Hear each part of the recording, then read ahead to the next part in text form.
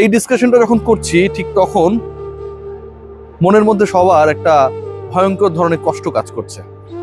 Social media হয়তো দেখেছেন যে মেহেদী হাসান মিরাজের চোখ ছলছল করছিল, সেটা দেখা গেছে। আমাদের লেন্স তাকে খুঁজে পেয়েছে।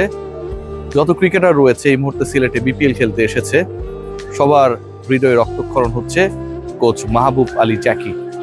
ঢাকা দলে, ঢাকা ক্যাপিটালসের সহকারী কোচের অকাল বিদায় এই মাঠে।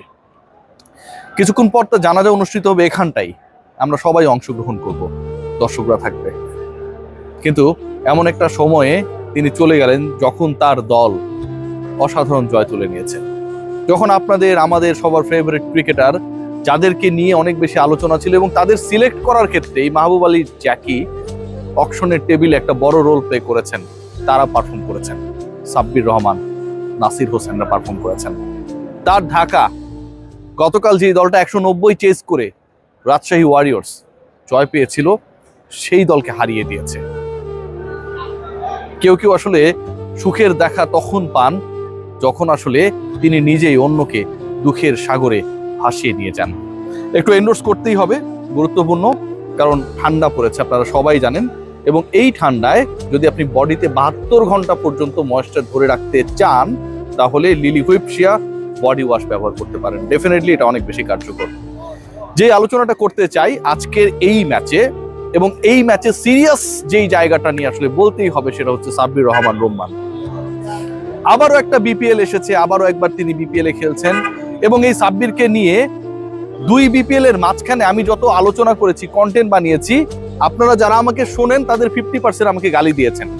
সাব্বিরের কারণে নাকি আমি যে কন্টেন্ট গুলো বানিয়েছি সেগুলো আসলে কার্যকর না, তিনি আর চলেন না, স্ট্রাইক রেট বেটার না, লেগ সাইডের বাইরে তার স্ট্রেংথ নেই। সেই সাব্বির রহমান রুম্মান আজকে যখন ঢাকা ক্যাপিটালস জয় পেয়েছে, চলে যাওয়া কোচ মাহবুব আলী জ্যাকির বিদেহী আত্মাকে যেই জয়টা একটু হলেও শান্তি দিয়েছে, সেই জয় ফিনিশিং রোল প্লে করেছেন সাব্বির রহমান রুম্মান। জ্যাকি স্যার যাকে সিলেক্ট করার ক্ষেত্রে, নেবার ক্ষেত্রে একটা বড় রোল প্লে করেছিলেন। সাব্বির রহমান রুম্মান 28 লাখ টাকায় ঢাকায় যেই ক্রিকেটারকে নেওয়া হয়েছে, সেই ক্রিকেটার করেছেন 21 রান। একটু অন্যভাবে যদি বলি, সেই 21 রান যখন করতে তিনি ক্রিজে গেছেন, ঠিক তখন প্রতি ওভারে প্রায় 7.5 মতো রান প্রয়োজন জয়ের জন্য রাজশাহীর বিপক্ষে ঢাকার। লো স্কোরিং ম্যাচ, শেষ দিকে সাব্বির মনে করা হচ্ছিল আরো ক্লোজ হয়ে যাবে। সাব্বির ছক্কা মেরে বাউন্ডারির ওপারে বল পাঠিয়ে, ওপারে এখন পেরিমিটার বোর্ড দেখা যায় না, স্ট্যাটিক বোর্ডের মতো অবস্থা, দলকে জিতিয়েছেন যখন দরকার 5 রানের। সেই সাব্বির 10 বলে 21 করেছেন, 210 স্ট্রাইক রেটে ব্যাট করেছেন। বিপিএল এর ভেরি ফার্স্ট ম্যাচে খেলতে নেমে অপরাজিত থেকে দলকে জেতানো সাব্বিরের স্ট্রাইক রেট, তার দল এবং প্রতিপক্ষ দল, দুই দল যদি আমরা বিবেচনা করি, সবার থেকে সবচেয়ে বেশি 210। তার দলের 150+ স্ট্রাইক রেটে কেউ ব্যাট করে নাই, যে কারণে ম্যাচটা একসময় মনে হচ্ছিল ক্লোজ হয়ে যাবে। 1 বছর পর বিপিএল এ নেমে প্রথম ম্যাচে চাপে সাব্বির রহমান রুম্মান ঠিক তার কাছ থেকে যেই রোলটা আমরা এক্সপেক্ট করি, সবাই এক্সপেক্ট করে, সেই রোলটা প্লে করেছেন। What about Nasir Hossain? অন্যদের আলোচনা আমি আসবো। What about Nasir Hossain? সাব্বির তো তাও ট্রেনিং করেন, প্র্যাকটিসের মধ্যে থাকেন, অনেক কিছু করার চেষ্টা করেন। নাসির হোসেনকে নিয়ে আমরা যেন একদম হতাশার রাজ্যে নিমজ্জিত। অথচ রংপুরকে এনসিএল জেতানোর ক্ষেত্রে নাসির হোসেনের বিভিন্ন সময় মাস্টার ক্লাস আমরা দেখেছি। নাসির হোসেন আজকে 2 উইকেট নিয়েছেন।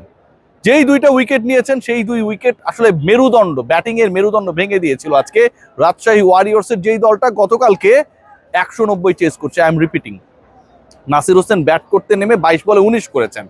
আপনি 132 চেস করবেন, আপনার ছক্কা মারার দরকার নেই, আপনার তাড়াহুড়ো করে উইকেট বিলানোর দরকার নেই, বরং সেটেল ডাউন করেন, টিকে থাকেন, যখন সময় আসবে তখন আপনি পেটাবেন। নাসির হোসেন সেই পরিকল্পনার মধ্যেই ছিলেন, শেষ পর্যন্ত থাকতে পারেননি। সাব্বির যেটা করতে পেরেছেন, নাসির আউট হয়ে গেছেন, কিন্তু ওই 19 রান, মহামূল্যবান 19 রান রাজশাহীর বিপক্ষে ঢাকাকে, ক্যাপিটাল সিটিকে এই জয় এনশিওর করার ক্ষেত্রে একটা অগ্রণী ভূমিকা পালন করেছে। আজকের পুরো ম্যাচের সিনারিও যদি আপনারা দেখেন, কোন জায়গায় আসলে এই ম্যাচটায় ঢাকা জিতেছে, কোন জায়গায় এই ম্যাচে আসলে বড় একটা রোল প্লে করেছে আপনাদের প্রিয় দল, রোল প্লে করতে ফেইল করেছে রাজশাহী। নাজমুল হোসেন শান্ত ছাড়া কনভিন্সিং ব্যাটিং কেউ করতে পেরেছে? আপনি যদি স্কোর কার্ডটা দেখার চেষ্টা করেন, সাহিবজাদা ফারহান তিনি আউট হয়ে গেছেন, প্রথম বলে আউট হয়ে গেছেন। Tanzid Hasan Tamim again started good but finishing not that 15 বলে 20 রান করেছেন। ইয়াসির চৌধুরী রাব্বি 44 লাখ টাকায় এই দলকে রাজশাহী কিনেছে। Hannan Sarkar is a very master class stroke maker in making teams. আবাহনীকে তিনি চ্যাম্পিয়ন করেছেন প্রিমিয়ার লিগে, ডেফিনেটলি, যে আবাহনীকে কেউ গোনায় ধরেনি। কিন্তু হান্নান সরকার, আমার প্রিয় হান্নান ভাই, কেন ইয়াসির চৌধুরী রাব্বিকে প্রথমত মুশফিকুর রহিমের আগে ব্যাট করতে পাঠালেন, এটা নিয়ে আমার একটা বড় প্রশ্ন রয়েছে। দ্বিতীয়ত তাকে দলে নিলেন কেন? 15 বলে 13 রান করা ইয়াসির চৌধুরী রাব্বি পুরো মোমেন্টামটা, মানে মিডল অর্ডারের মোমেন্টাম নষ্ট করার ক্ষেত্রে একটা বড় রোল প্লে করেছেন। মুশফিকুর রহিম আজকে ফেইল করেছেন, ওভাবে করতে পারেন নাই। 23 বলে 24 run according to the strike rate কোনোভাবে অ্যাকসেপ্টেবল না। এবং শেষের দিকে আমার কাছে মনে হয় যে এই ধরনের ফিনিশিং এক্সপেক্টেড ছিল সেটা ঢাকা আজকে ডেলিভার করতে পারে নাই। কেন পারে নাই? দেখুন, আপনি যদি নাসির হোসেনের 2টা উইকেটের দিকে তাকান, তাহলে 5ম ওভারে নাসির ফিরিয়েছেন তানজিদ হাসান তামিমকে। মানে আপনার পাওয়ার প্লে এবং রেস্ট অফ দ্য ওভার্সে প্রতিপক্ষের বোলিংকে গুড়িয়ে দেওয়ার জন্য আপনার সবচেয়ে কার্যকর অস্ত্র যিনি, তাকে নাসির হোসেন কিন্তু আউট করেছেন, নাসির ভাই আউট করে দিয়েছেন। এবং যখন মুশফিকুর রহিম খোলস থেকে বের হবেন, প্ল্যান করবেন, লাস্ট 5 ওভারে পেটাবেন, ঠিক তখন 16তম ওভারে মুশফিকুর রহিমকে নাসির হোসেন ফিরিয়ে দিলেন। এই যে ব্যবধানটা, এবং একই সাথে অচল ইমাদ ওয়াসিমও যখন 3টা উইকেট নিয়ে নেয়, আমার কাছে মনে হয় যে রাজশাহী ওইখানেই ম্যাচটা হেরে যায়। প্রতিপক্ষ, আমার কাছে মনে হয়েছে যে ঢাকা যতটুকু না আসলে বিচলিত প্যানিক করতে পেরেছিল, রাজশাহী তার থেকে এমনিতেই অনেকটা প্রেশারকে ইনভাইট করেছে। এবং যেই প্রেশারের ইনভিটেশনটা এন্ড অফ দ্য ডে তাদের এই পরাজয় তাদের স্কোরটাকে আনস্মার্ট করার ক্ষেত্রে একটা বড় রোল প্লে করেছে। এই ম্যাচে আমি আবারও বলবো যে আজকের এই ম্যাচের সবচেয়ে ক্রুশিয়াল পয়েন্ট ছিল সাব্বির রহমানের শেষের ফিনিশিং। কারণ ওই সময়টায় গিয়ে অনেক দলই আসলে পা হরকায়। সাব্বির যদি কোনো কারণে আউট হয়ে যেতেন বা 1-2টা উইকেট পড়ে যেত, কে জানে এই লো স্কোরিং ম্যাচটা হয়তো রাজশাহী তাদের নিজের করে নিতে পারতো, কিন্তু সেটা হয় নাই।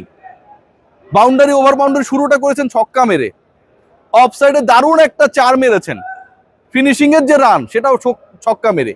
এবং এই 2 ছক্কা এবং 1 4, মানে বাউন্ডারি ওভার বাউন্ডারিতে 10 বল খেলেছেন, তার মধ্যে 3টাই বাউন্ডারি ওভার বাউন্ডারি। এই 3 বলে তিনি করেছেন 16 রান। 21 রানের মধ্যে 16 রানই করেছেন 3 বল থেকে, তার মধ্যে 2টা ছক্কা। এবং নাসির হোসেন ঠিক বিপরীত ব্যাটিংটা করেছেন, বিলো 100 স্ট্রাইক রেট, বাট টিকে থাকার যখন দরকার ছিল ঠিক সেই কাজটা করেছেন। এই ম্যাচে আবারও বলবো প্রাপ্তির থেকে অপ্রাপ্তি বেশি। ঢাকা জিতেছে, ঢাকা হ্যাপি, রাজশাহী হেরেছে, রাজশাহী আনহ্যাপি। কিন্তু দুই দল কিংবা এই বিপিএল এ যত ক্রিকেটার রয়েছে সবাই একটা জায়গায় গিয়ে আসলে আজকে যে ইনসিডেন্টটা মাঠে ঘটে গেছে, একটা মানুষ উইদিন 5 মিনিটসের মধ্যে তরতাজা একজন মানুষ, অ্যাথলিট, ক্রিকেটারদের নিয়ে কাজ করে, মাঠে গিয়ে প্ল্যান পর্যন্ত করেছে, টস হয়ে গেছে, 11 কি হবে মাহবুব আলী জ্যাকি ডেফিনেটলি সেখানটাও ইনপুট দিয়েছে। সাব্বির নাসিররা কিভাবে ব্যাট করবে আজকে প্রথম ম্যাচে, তারা 11-এ থাকবে, এই আলোচনাটাও নিশ্চয়ই হয়েছে। সেই তিনি আমাদের মধ্যে নেই। প্রাণোচ্ছ্বাস রয়েছে, দর্শক রয়েছে, জয় রয়েছে, পরাজয় রয়েছে, কিন্তু এন্ড অফ দ্য ডে মাহবুব আলী জ্যাকি যেভাবে মাঠ থেকে চিরবিদায় নিলেন, এই আক্ষেপটা কোনো আনন্দ দিয়ে আসলে কাটানোর না। সবাই ভালো থাকবেন।